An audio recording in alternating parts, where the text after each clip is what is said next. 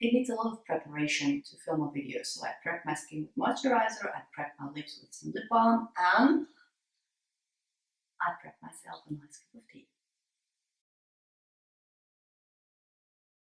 Hi everyone and welcome back to Luca. Today I wanted to film first impressions on Sephora makeup because I picked up some recently when I was in France and I own a little bit of Sephora makeup already. I'm going to start with some concealer. That is the Sephora High Coverage Concealer in Natural Finish, and it's the color Pink Porcelain, but it looks more yellow when swatched.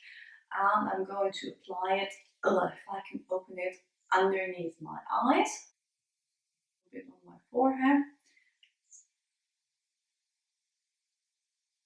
It smells a little like glue.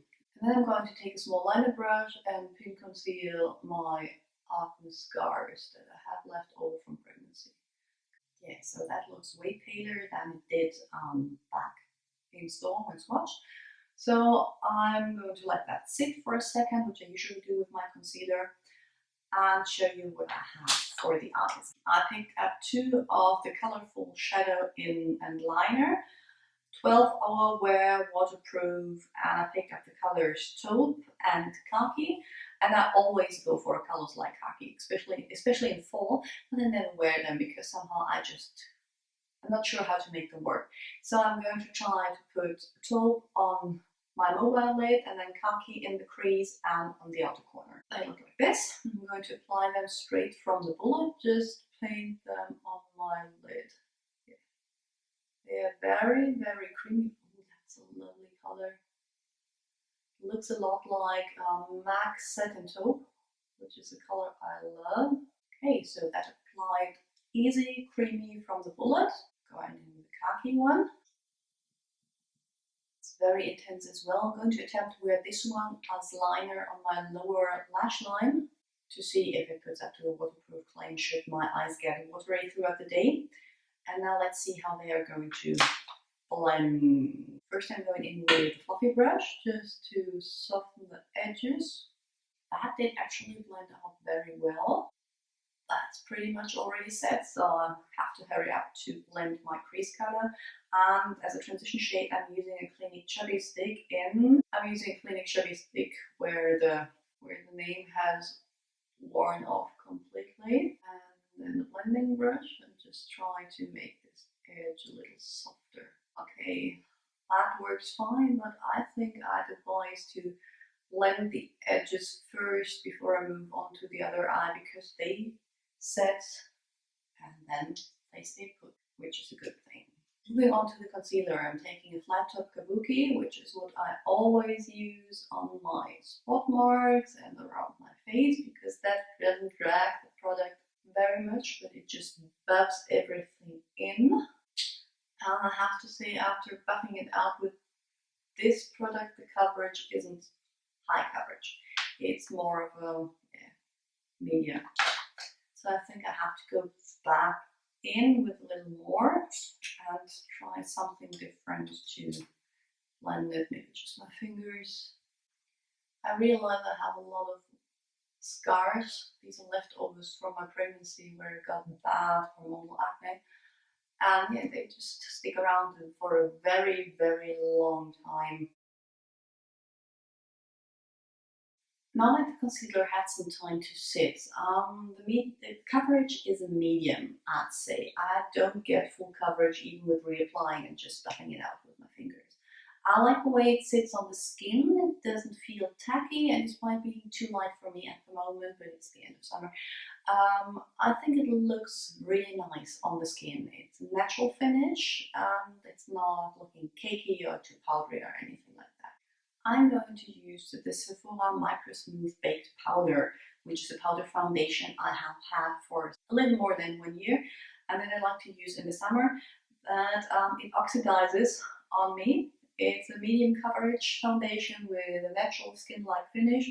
It goes on matte but gets dewy as the day goes by, but without me getting shiny around my T-zone, and never cakes on me despite how many times I reapply. You have to reapply throughout the day. It's not one of those foundations that really last the whole day. It just lasts 4 to 6 hours on me, depending on how much I exercise. For lips, I have two Sephora lip products, and I chose to go with the Sephora cream lip stain. That one, I have had that one for quite some time as well, is way better when it comes to staying power. So I'm going to show you. I'm going to wear it throughout the day without reapplying. It claims to be transfer free. I'm going to test that in a minute. Transfers a little, but not very much. Yeah, and I'm going to go on with my day and see you all in a bit. And I'm back. Hi. It's now 7:45. That makes for 10 hours that I've been wearing this makeup. And I'm checking back in to give you my final thoughts on the products. I just took a close-up look because I don't think you'll be able to see the details on camera, but I'm going to start with the concealer. And I have to say it held up quite well, especially with a baby touching my face all the time, but by the 10-hour mark it's completely gone. It was medium coverage, it was nice to wear, it stayed true to finish, like it says, natural finish, that's true, but it started to fade at around 6 hours-ish, which is quite average for a concealer on me, but it's not very long lasting, which it claims buildable, okay, weightless texture, agreed, long lasting 6 hours, and it claims that it's high coverage. I'd say it's medium. Moving on to the Micro Smooth Baked Face Compact, and as I have mentioned before, this is me after 4 hours not touching up, and you can see that it's shiny, it does not stay matte, and I would need to touch up after 3 to 4 hours. Now my favorites, the two eyeshadows. I actually got caught in a downpour, which is why my hair is up. So, quickly show you.